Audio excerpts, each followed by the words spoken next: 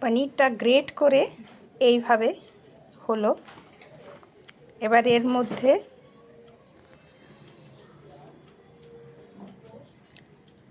একটু baking soda নয় baking powder দেব 8 চামচ।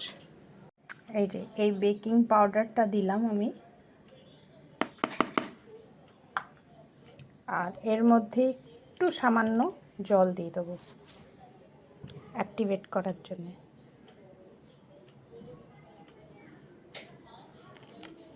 বাস, এবার এটাকে আমি মাখবো।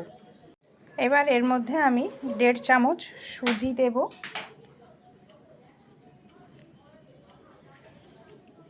আর 1.5 চামচ অ্যারারুট দেব।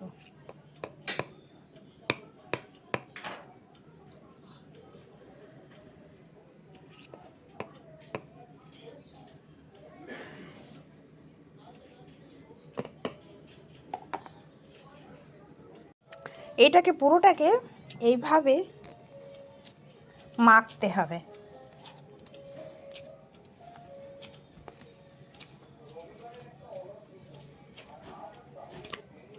একটা ফাইন মন্ড তৈরি করতে হবে।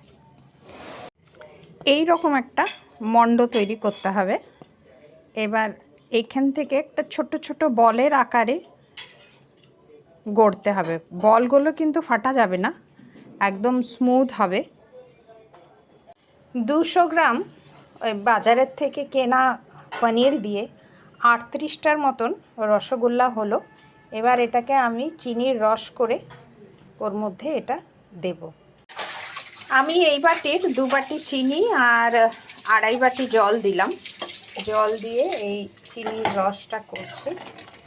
এর মধ্যে 2টো এলাচ ফাটিয়ে দেব।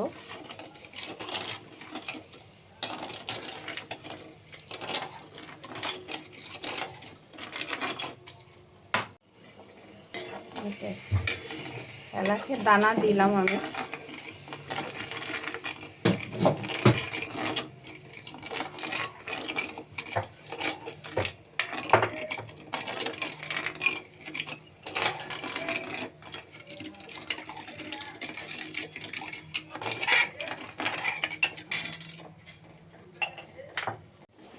দেখুন চিনিটা গলে গেলেই হবে। আমার চিনি গলে গেছে।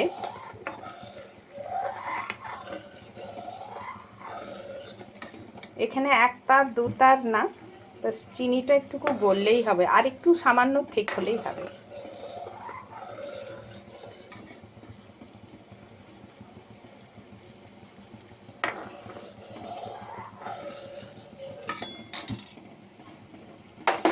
এইবার আমি এই ছানার বলগুলো ওর মধ্যে এক এক করে দিয়ে দেবো। তো দেবার আগে একটুকু এই ছানাগুলো যেন ফেটে না যায় সেরকমভাবে দিতে হবে।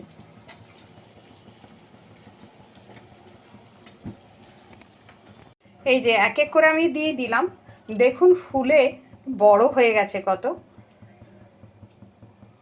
আর এটা একদম লো টু মিডিয়াম আছে ফ্লেমটা।